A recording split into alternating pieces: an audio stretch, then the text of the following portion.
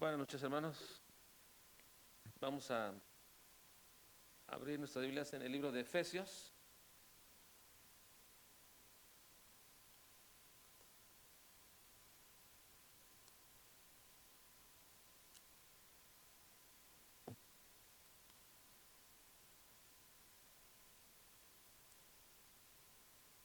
En el capítulo 1, por favor.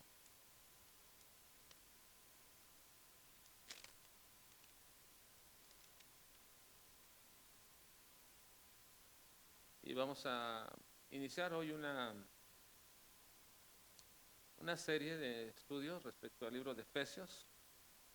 Ya en ocasiones pasadas he tomado este libro y he dado algunas partes esporádicamente.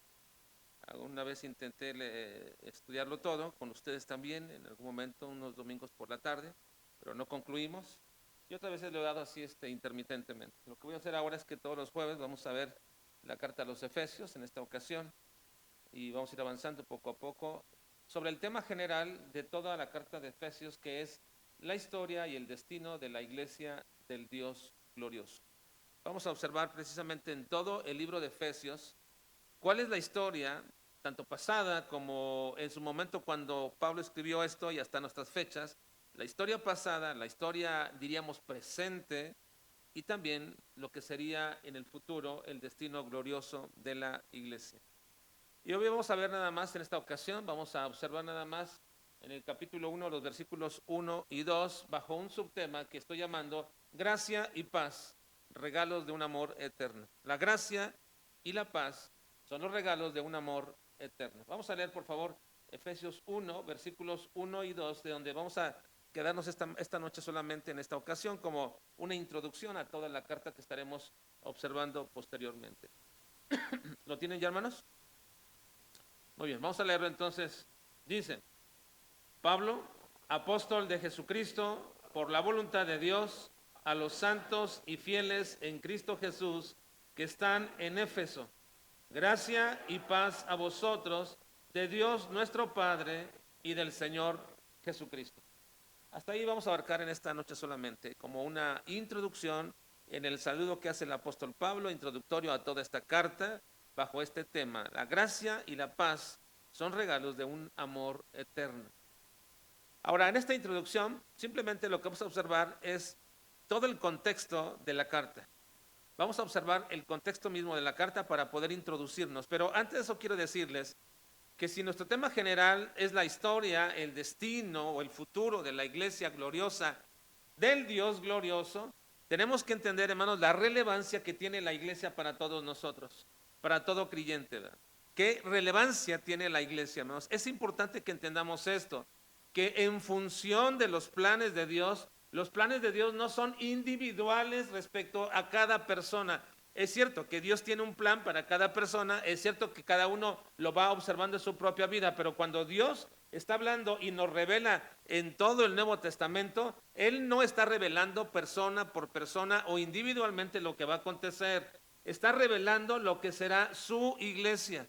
La importancia, hermanos, para todos nosotros respecto a la iglesia es que entendamos cuán trascendente es para el creyente pertenecer a la iglesia de Dios. Y por iglesia no me estoy refiriendo necesariamente, hermanos, a una denominación, no me refiero a eso.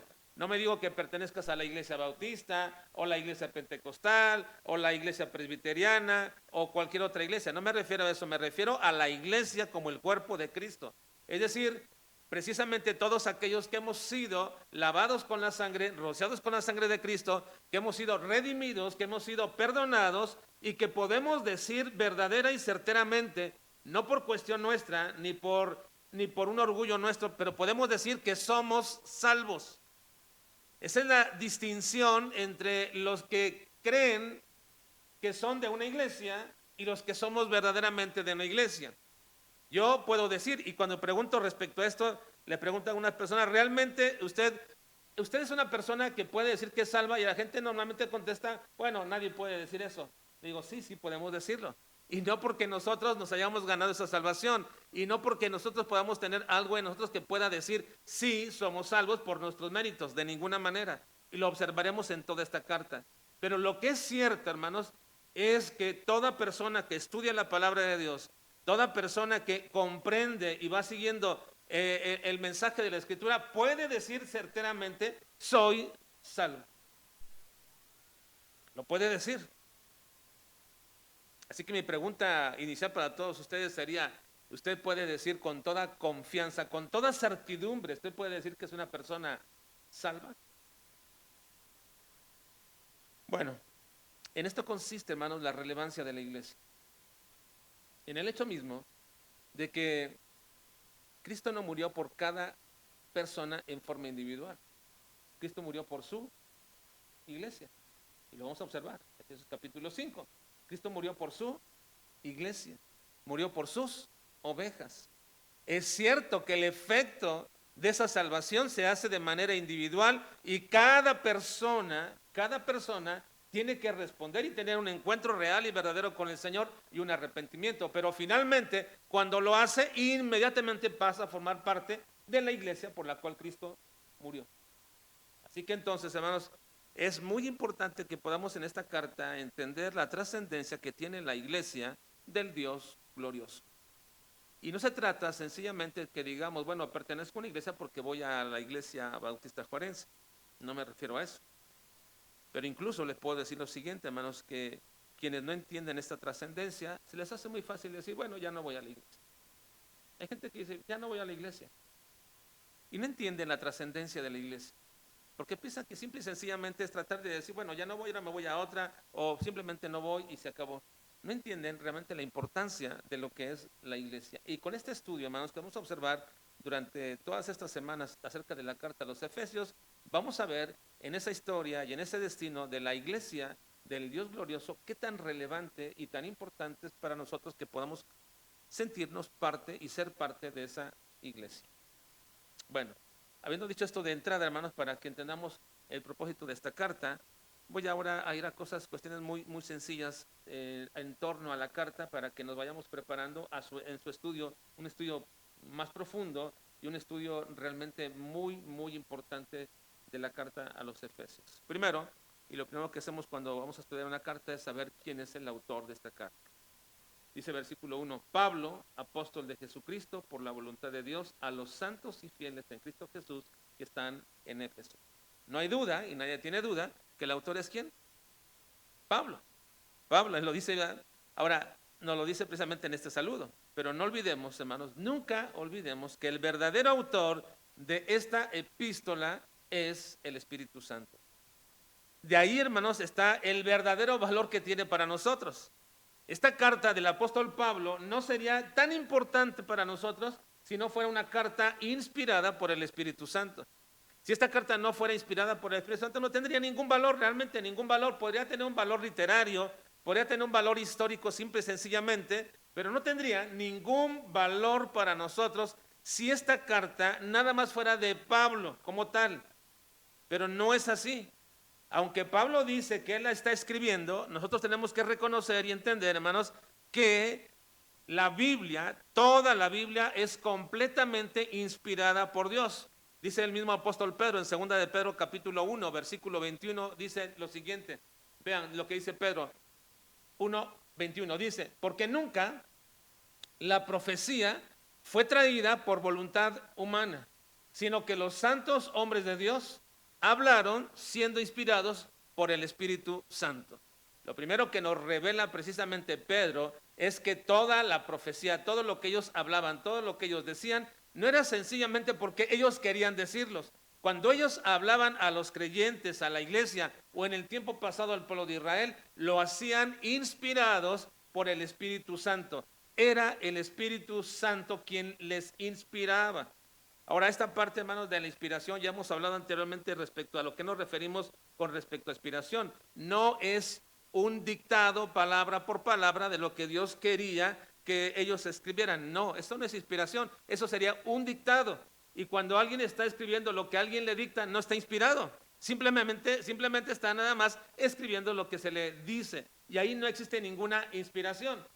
Sin embargo, el término inspiración, hermanos, es muy importante, teupneustos, que significa el respiro de Dios o el respirar de Dios. Eso significa inspiración. La palabra inspiración en el griego es teupneustos. significa respirado por Dios. Eso quiere decir de alguna forma que Dios estaba inspirando en ellos, estaba respirando en ellos, de tal manera que estaba viviendo, por así decirlo, dentro de ellos cuando ellos estaban escribiendo. De alguna manera, de alguna forma, estos hombres que estaban escribiendo, siguiendo su propia cultura, su propia preparación, su propio entorno, comenzaron a escribir, pero cuando comenzaban a escribir, en ese momento eran tomados por el Señor e inspirados. Así que Pedro está reconociendo que todos ellos hablaron mediante la inspiración del Espíritu Santo. Ahora, esa inspiración, como llamamos así, como la Biblia le llama, garantiza que la palabra de Dios es inerrante. ¿Qué significa eso?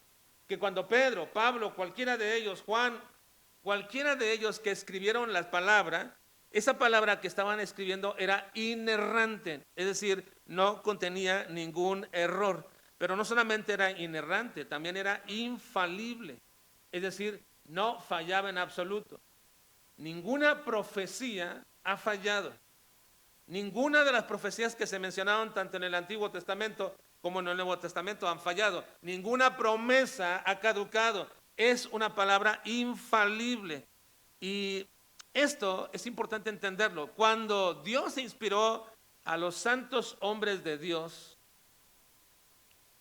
los hizo no a ellos, sino lo que ellos escribían, inerrantes e infalibles.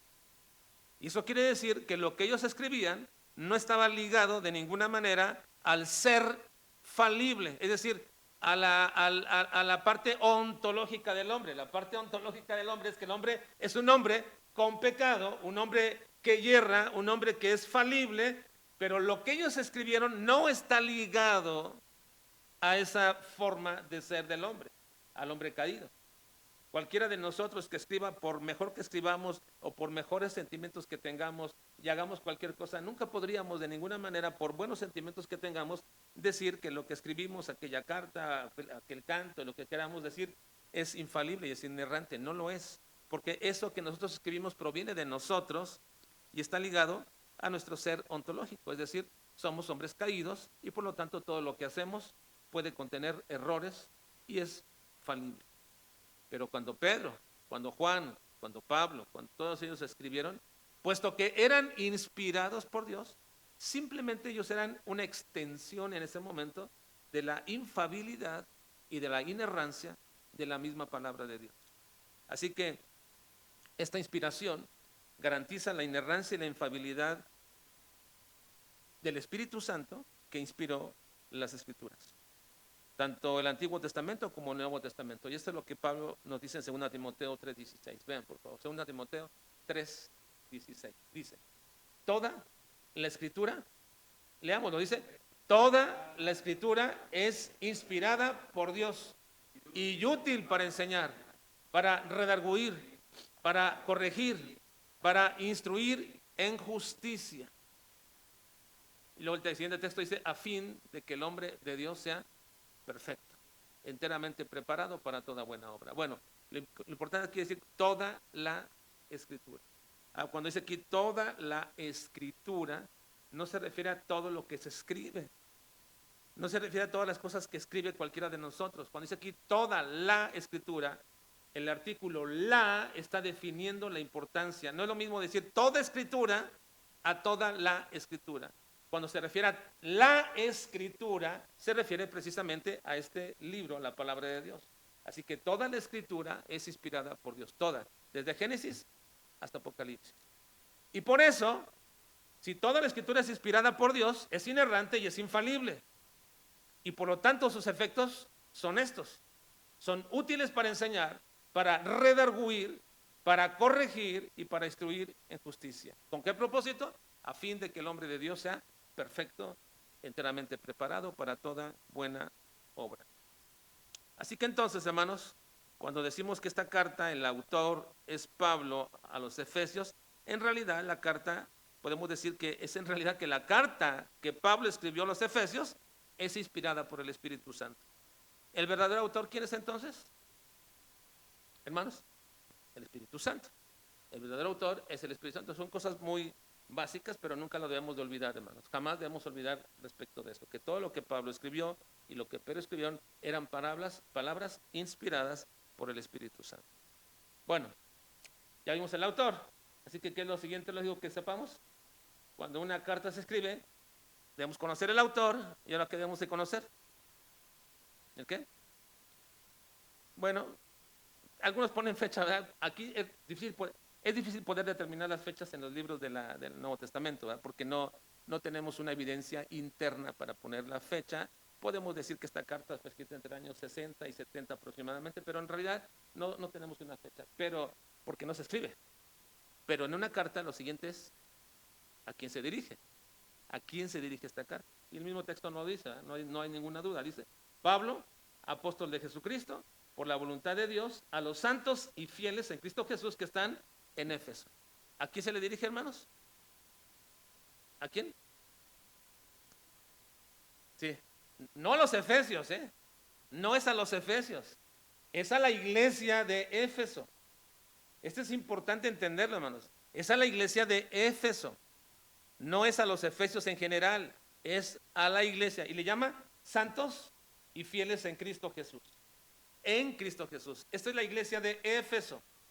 Ahora, por cierto, quiero corregir esta idea que tenemos de pronto, y la he escuchado tantas veces, y yo mismo algunas veces lo he dicho y he cometido ese error, pero cada vez que puedo leer la escritura, y de pronto me salta algo, digo, tengo que corregir esto, ¿verdad? Estas ideas o estos pensamientos o estas cosas. Por ejemplo, ahorita le refiero a esto de a quién se le escribió y corregir que no fue a los efesios, sino a la iglesia de Éfeso. ¿Qué pasa? Y que he escuchado muchas veces cuando decimos, debemos ser como la iglesia de Berea. ¿Cómo era la iglesia de Berea? Cuando siempre dicen, no, es que seamos como la iglesia de Berea. ¿Qué es lo que hacía la iglesia de Berea? ¿Se acuerdan? ¿Qué dicen? Escudriñaban cada día las escrituras para ver si es cierto lo que les predicaba Pablo era cierto. Pero ahí hay un error, hermanos. No era la iglesia de Berea. No es la iglesia de Berea. Todavía no había iglesia ahí. Pablo estaba predicando apenas. Llegó, predicó, y luego los bereanos, esa gente que estaba ahí, que todavía no era iglesia, se iban a sus casas y checaban si realmente lo que Pablo decía era verdad. Y todavía no eran la iglesia. Apenas era el grupo con el cual Pablo llegó ahí para predicar, y era gente incrédula, era gente que todavía no creía, pero que conocía las escrituras, que tenían los libros de Moisés, que estaban ahí, principalmente judíos, y ellos llegaban, veían y ver si era cierto lo que Pablo estaba diciendo. Entonces, es un error a veces nosotros decir, seamos como la iglesia de Berea. No es la iglesia de Berea, eran los bereanos en general, pero casi siempre tomamos esta postura, esta posición, y corrijo esa parte, ¿verdad? Si alguna vez lo he dicho yo también, es una equivocación, porque en realidad esta no era una iglesia, la de Berea. Apenas era un grupo de personas que estaban escuchando el evangelio, pero como todavía no creían, iban, checaban, y ese proceso fue como algunos llegaron a creer y se conformó la iglesia de Berea. Bueno, los destinatarios son la iglesia de Éfeso. El cristianismo llegó por primera vez, hermanos, a Éfeso con Aquila y con Priscila. Este matrimonio que ya observamos en una ocasión en el libro de los Hechos, cuando Pablo se detuvo brevemente allí en su segundo viaje misionero, en Hechos 18 y 19, dice cuál fue el primer momento que Pablo llegó a Éfeso junto con Aquila y Priscila. Mas Pablo, habiéndose detenido aún muchos días ahí, después se despidió de los hermanos y navegó a Siria, y con él Priscila y Aquila, habiéndose rapado la cabeza en Cencrea porque tenían hecho voto. Y llegó a Éfeso y los dejó allí, y entrando en la sinagoga discutía con los judíos. Así que el primer encuentro que tuvo Pablo fue con Aquila y Priscila. Ahí precisamente los llevó y fueron sus compañeros y llegaron a Éfeso. Ahora, en su tercer viaje misionero, permaneció en la ciudad durante unos 3 años, y la iglesia se estableció en el evangelio y se extendió por toda Asia. Así que pasaron 3 años después de todo esto, y Pablo se quedó ahí mucho más tiempo. Hechos capítulo 19, versículo 10, se quedó 3 años, dice ahí, así continuó por espacio de 2 años, de manera que todos los que habitaban en Asia, judíos y griegos, oyeron la palabra del Señor Jesús. Ahí por espacio de 2 años, pero luego continuó todavía el apóstol Pablo. Ahora, la ciudad de Éfeso era un centro comercial, político y religioso muy importante. Allí estaba el gran templo de la llamada diosa Diana, y era uno de los mayores atractivos de esta ciudad. La gente llegaba de todas partes de Asia, de Europa, de todas partes llegaban del Imperio Romano para adorar a la diosa Diana. Era uno de sus mayores atractivos comerciales. También tenían el rango mismo de Alejandría y de Antioquía, que eran iglesias romanas. Era muy importante esta ciudad. Y ahí fue donde Pablo llegó y se estableció una iglesia. Después de Pablo, Timoteo se hizo cargo de esta iglesia de Éfeso por algún tiempo. Primera Timoteo 1:3, vean, Pablo se hizo cargo de esta iglesia. Como te rogué que te quedases en Éfeso cuando fui a Macedonia, para que mandases a algunos que no enseñen diferente doctrina. Y Pablo tuvo que irse y se fue después de ahí a Macedonia, pero dejó a Timoteo como el pastor de esta iglesia. Y más tarde, el apóstol Juan fijó su residencia en este lugar.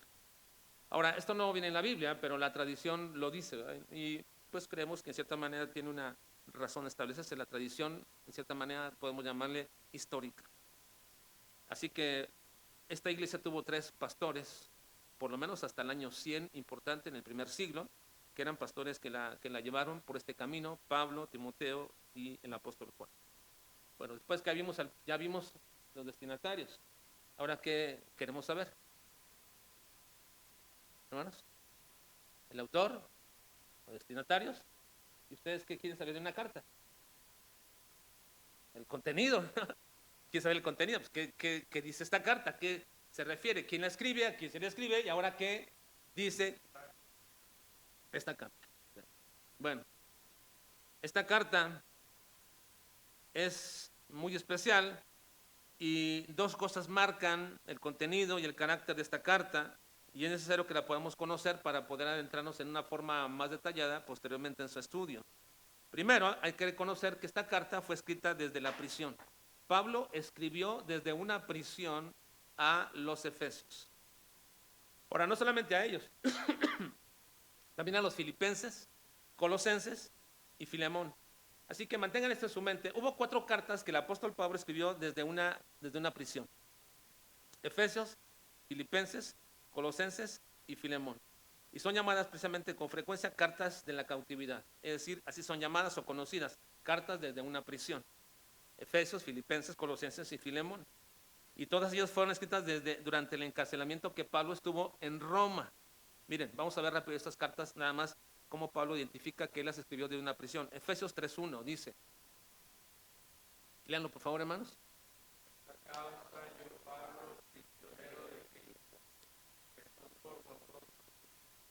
Entonces Pablo reconoce que está prisionero cuando está escribiendo esta carta. Filipenses 1:7, la otra carta que también Pablo escribió desde la prisión, dice,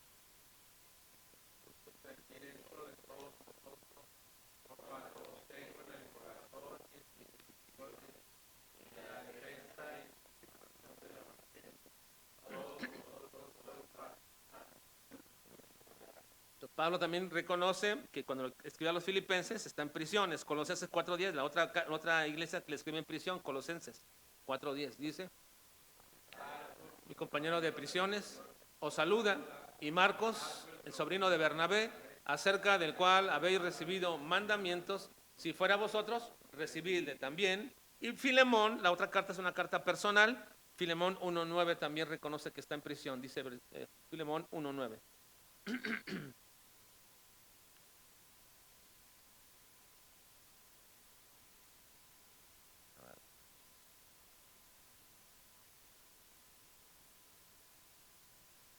A ver, ustedes, hermanos, busquen, busquemos. ¿Lo tienen? A ver, fuerte.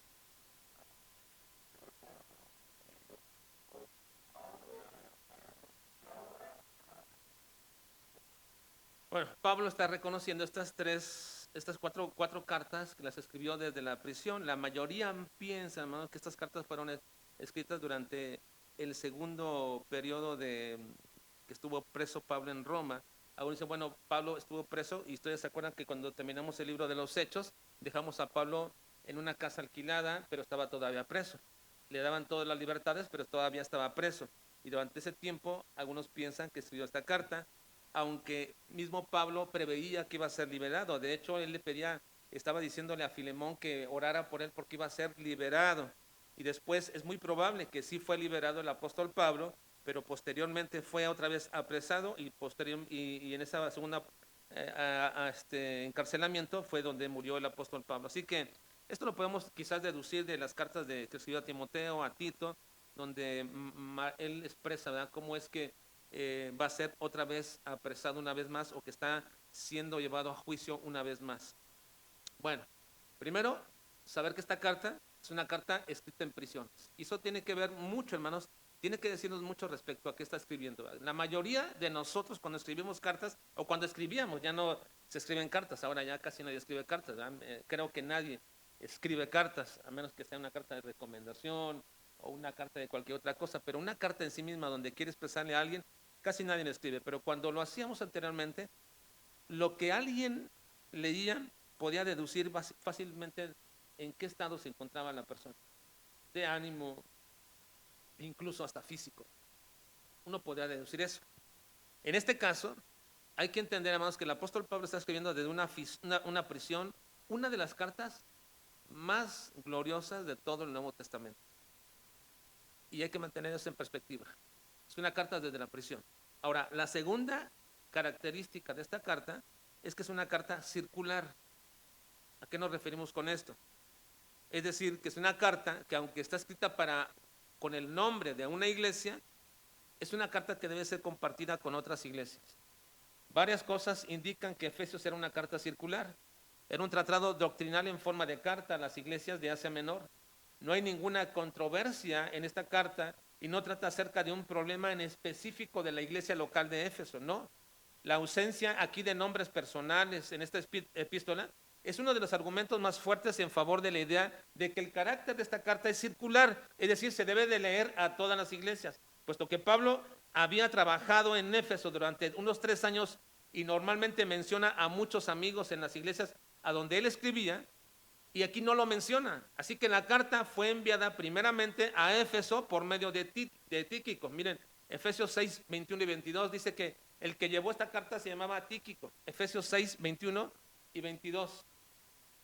Dice, para que también vosotros, lean por favor, hermanos.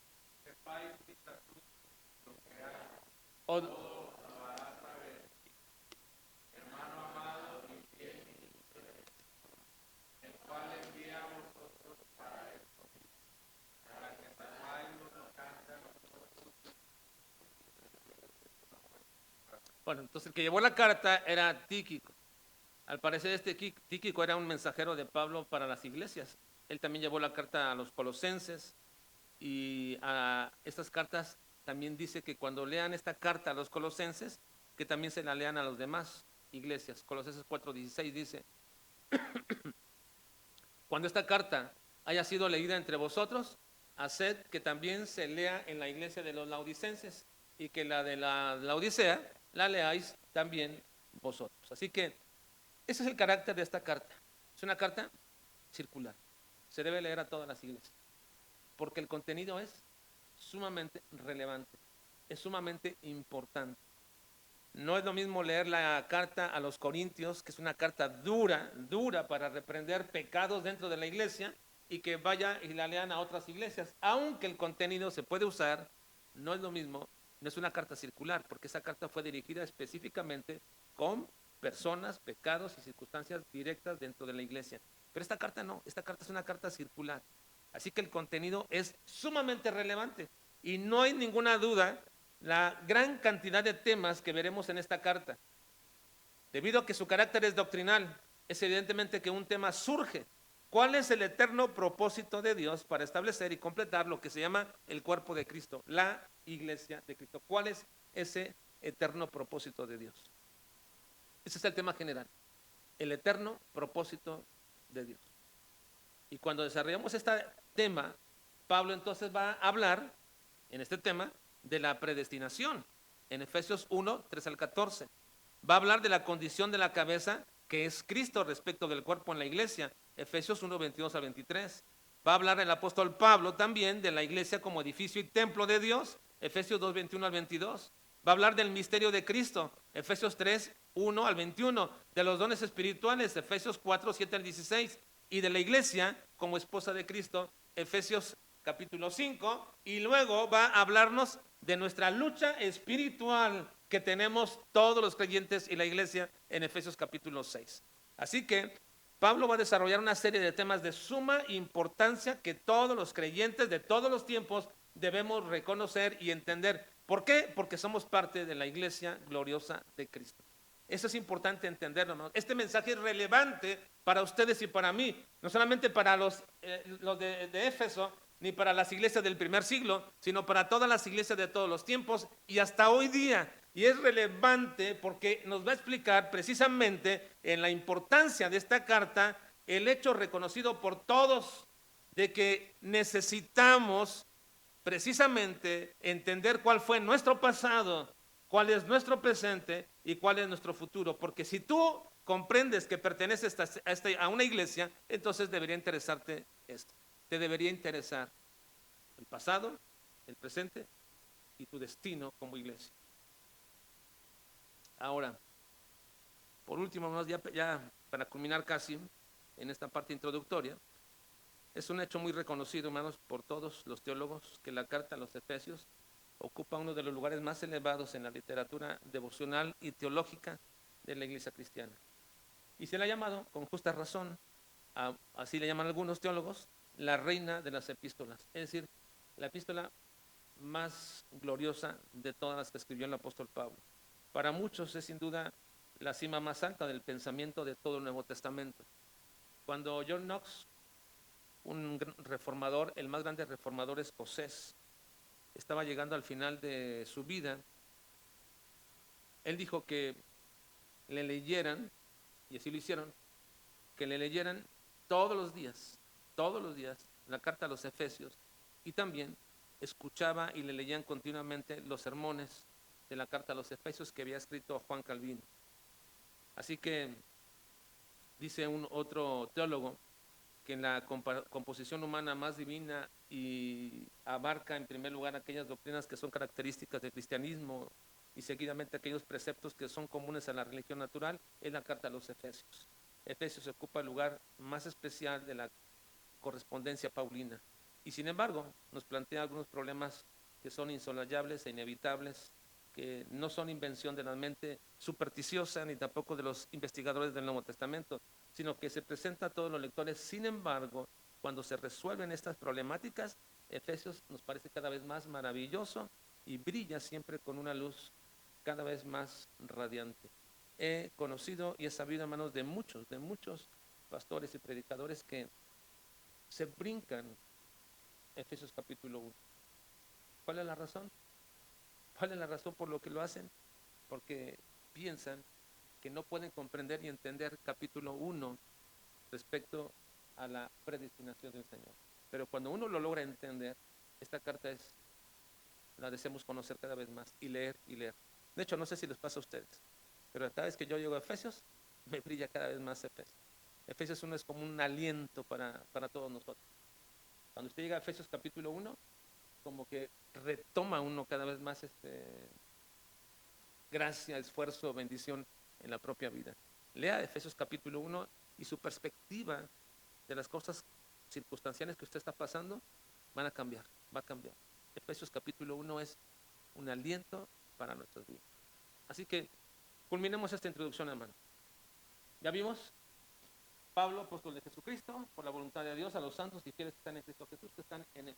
Ahora lean versículo 2 y culminamos. Dice, ¿dos, hermanos? Gracia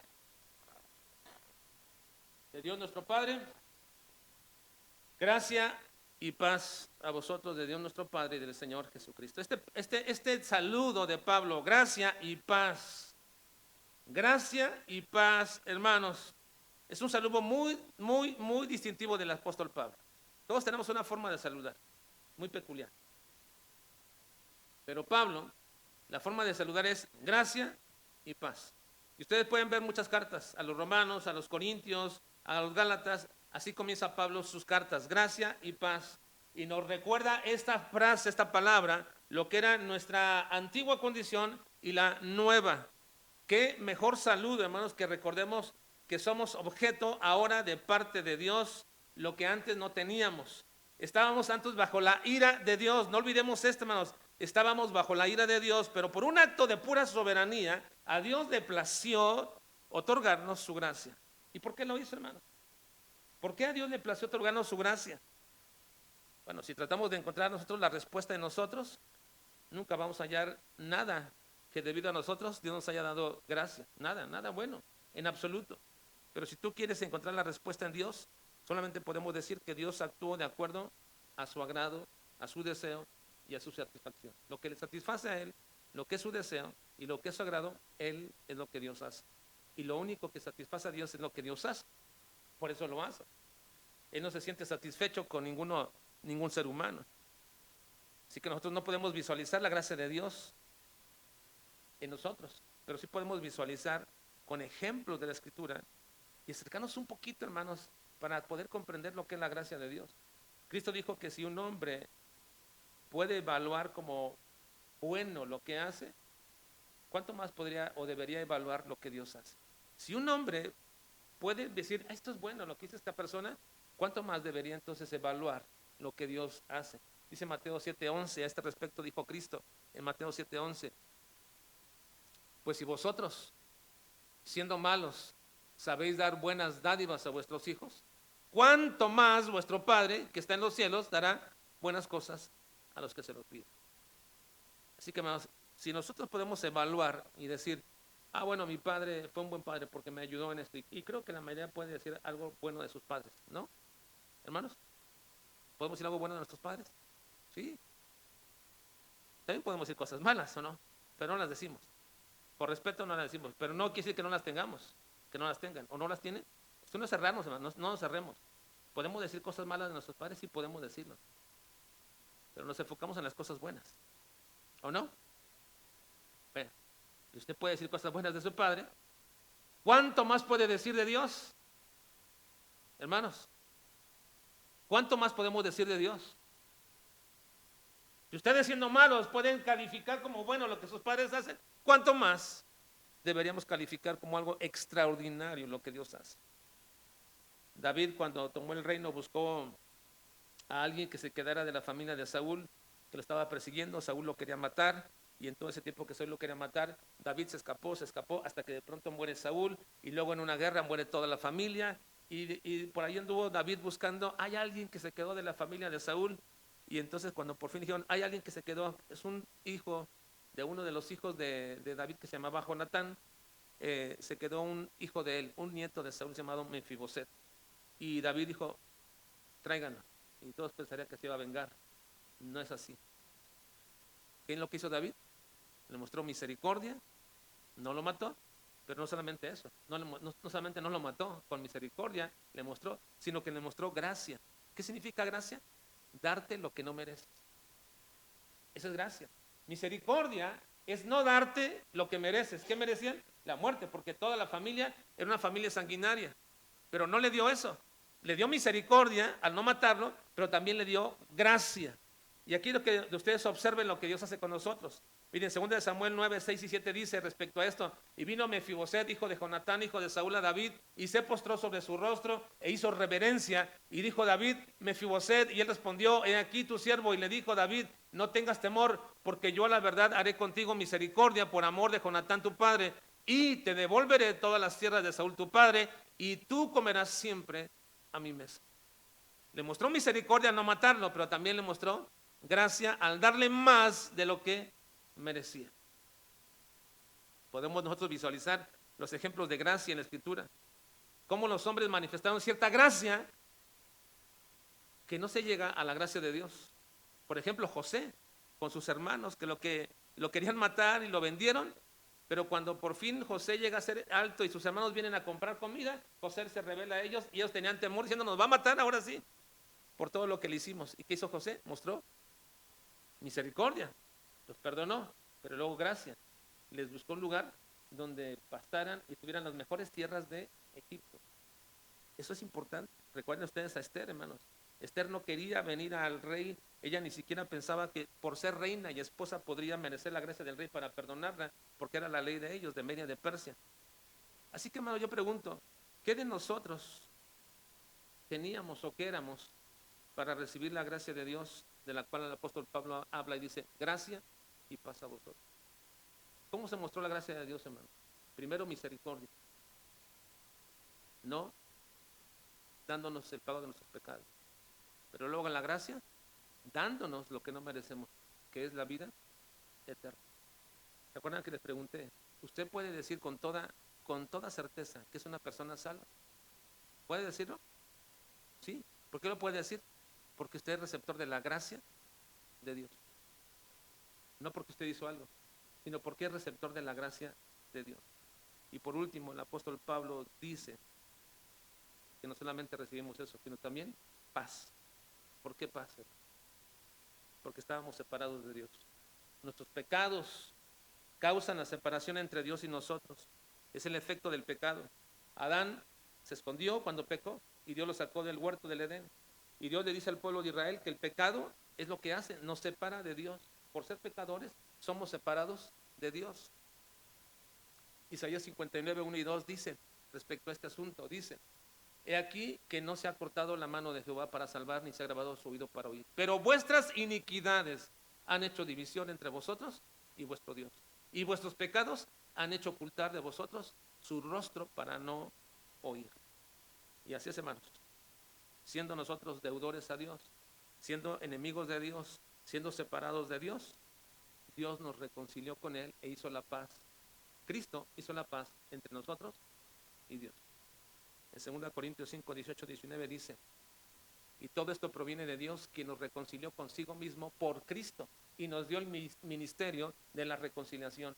Que Dios estaba en Cristo reconciliando consigo al mundo, no tomándole en cuenta a los hombres sus pecados, y nos encargó a nosotros la palabra de reconciliación.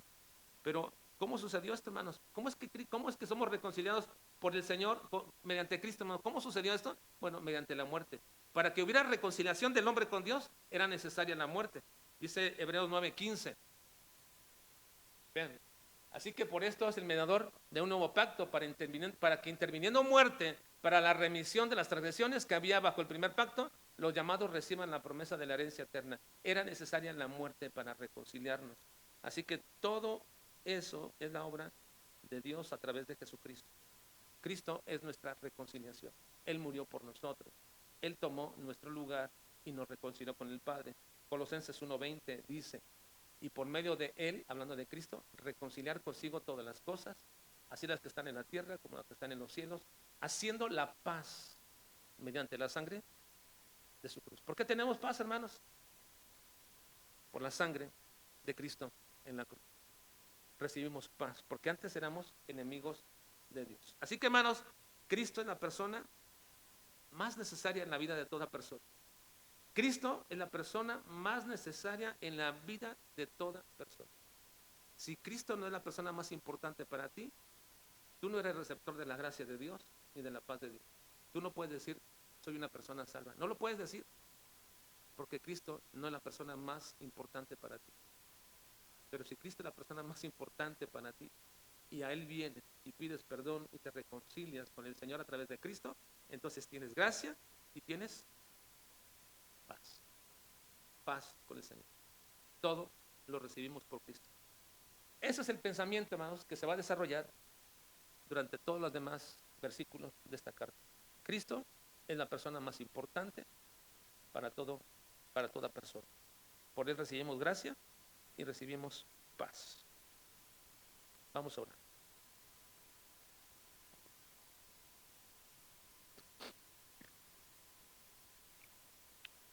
Señor, te queremos suplicar en esta noche que nos ayudes a comprender, que tu Espíritu Santo, Señor, y tu palabra nos ayuden a entender y comprender, Padre, que no tiene nada que ver con nosotros.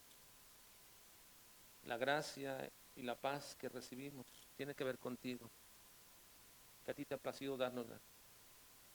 Y lo único que nosotros debemos hacer, Señor, es arrepentirnos, acudir a ti, pedir perdón y buscar precisamente, Señor, que tu palabra more en nosotros, para que podamos tener la plena certidumbre de que somos personas salvas. Ayúdanos, Señor, en esta noche y redarguye el corazón de cada uno de nosotros y ayúdanos a recordar, Padre, que si vamos a leer esta carta y estudiarla, Señor, será bajo el precepto de que ahora somos tus hijos y que hemos recibido gracia y paz en nuestras vidas. Ayúdanos, Padre, en esta noche y en el proceso de este estudio. Te lo pedimos en Cristo Jesús. Amén.